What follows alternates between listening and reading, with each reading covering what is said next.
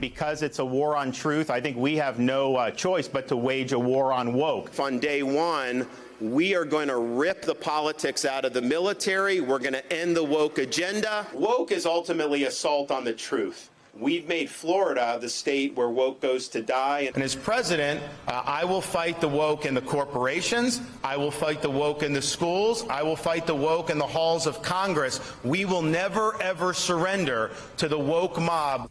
That is 2024 Republican presidential candidate, Florida Governor Ron DeSantis, and his Stop Woke rally cry. It's the centerpiece of his campaign. It's an issue, a top focus for some Republicans, at least many among Iowa voters. In the latest NBC News Des Moines Register Mediacom poll, 65% of likely Iowa Republican caucus goers say fighting the left's woke agenda would make them more likely support a candidate. So what does that mean exactly? What does woke mean? Here to answer that, MSNBC correspondent Trymaine Lee. Trymaine, good morning. What'd you find? Good morning. So I know everyone loves a good game of debate bingo, right? You hear a certain word, you take a shot or a sip of your beverage of choice. Mine's happen to be bourbon, right? I'm with you on that. But I want to add a word for tonight's debate. And it's woke, right? People have heard it in the mouths of folks like Governor Ron DeSantis and Marjorie Taylor Greene and Donald Trump. But many folks might be surprised about the origins of the word woke with roots in Black resistance and Black culture. Check it out. And I think by now, you've probably heard it. This woke ideology. Weak and woke. Wokeism. Over. Woke lunacy. And over. Woke beliefs and policies. And over again. Woke has become a charged political catch-all phrase, often used as a battering ram and a battle cry, and to many, a slur. It's almost another way of saying Black. It's another way of saying the N-word. They weaponized the civil rights movement and said it was a communist movement. Before it was a pejorative, woke was about Black safety and empowerment. In the early 20th century, when Jim Crow had its grip on America, white supremacist danger and violence was a constant threat. So Black folks had to keep their eyes open, literally and figuratively. They had to stay woke. But what's the real actual definition of the term woke? It's to be awake to what's happening around you, particularly when it comes to systemic injustice. The roots of woke run deep, to the heart of Black America's fight for equality. In the 1930s, bluesman Huddie Ledbetter, aka Leadbelly, penned a protest song in honor of the Scottsboro Boys, a group of Black teens falsely accused in Alabama of raping two white women. Scottsboro Boys, they tell you what it's all about. I advise everybody to be a little careful when they go along through that, but stay woke, keep their eyes open. And since then, it has become part of the cultural lexicon. And that's what it's always meant to Black people for almost 100 years now. By the late 80s, woke was showing up in Black art, like Spike Lee's classic film, School Days. Wake up! And later, given new electricity by neo-soul artist Erykah Badu after the killings of Trayvon Martin and Michael Brown.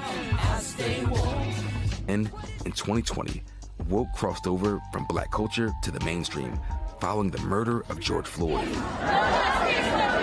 No one was talking about woke as much as we have in the last 2 years, right? This was in speak in the Black community. I think there was a lot of terror in seeing what was happening in 2020, seeing the multi-racial, multi-ethnic coalitions of people who really rallied around like understanding more about anti-Blackness, understanding more about systemic racism.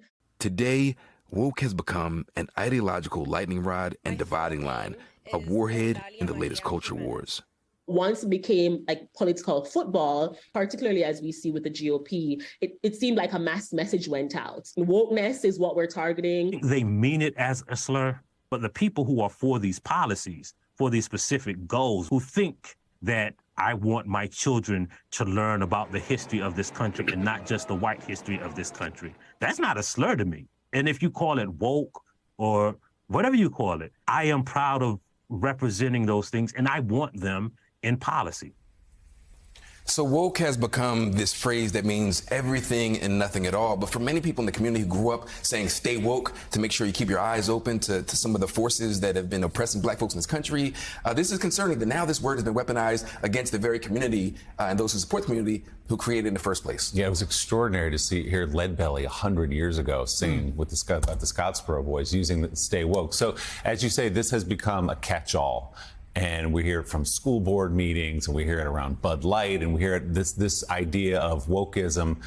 What do you think it means to a Trump supporter or to a Republican voter who really has latched on to this idea? You know, it's part of the playbook that we've seen time and again is really who controls the narrative. And I think for many people who are afraid of the changes in America, and we have this conversation all the time, that America is changing. It's getting more black. It's getting more immigrant. The accents are changing a little bit. It's scary for a lot of people. And so to use this as kind of a battering ram, a cudgel, but also a rallying cry, saying we have to fight these forces. And it's this wokeness. Many of these people have never heard that term used in any other context besides the one they're being fed right now.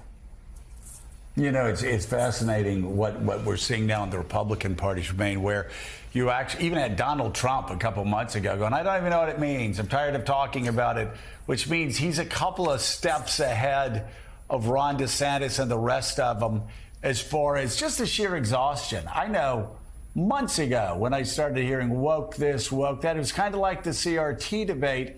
After a while, CRT was a catch-all to everything. And I read an interview in the Times. They were talking to a Republican out of Pennsylvania. They're talking about wokeism. She said, listen, if you don't want to drink Bud Light, don't drink Bud Light. If you don't want to go to Disney, don't go to Disney.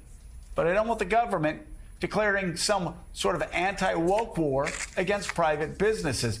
I just found it fascinating that even for a lot of Republicans, there's this exhaustion about the word being misused and overused. Joe, many people can see through the shenanigans, the political shenanigans, right? This stuff takes the place of actual, real political debate in this country. And while people are hungry, while people are struggling to get jobs, they are, in fact, tired of this. It still works for a certain segment of the voting population. But people are fed up because you can see through it. And so it's cute and it's silly and it's like these great little punchlines. But at a certain point, the American public, right and left, actually want solutions and answers. And they're not getting it with ploys like this anti-woke agenda. Great context around this debate from MSNBC correspondent Tremaine Lee. Tremaine, good to see you.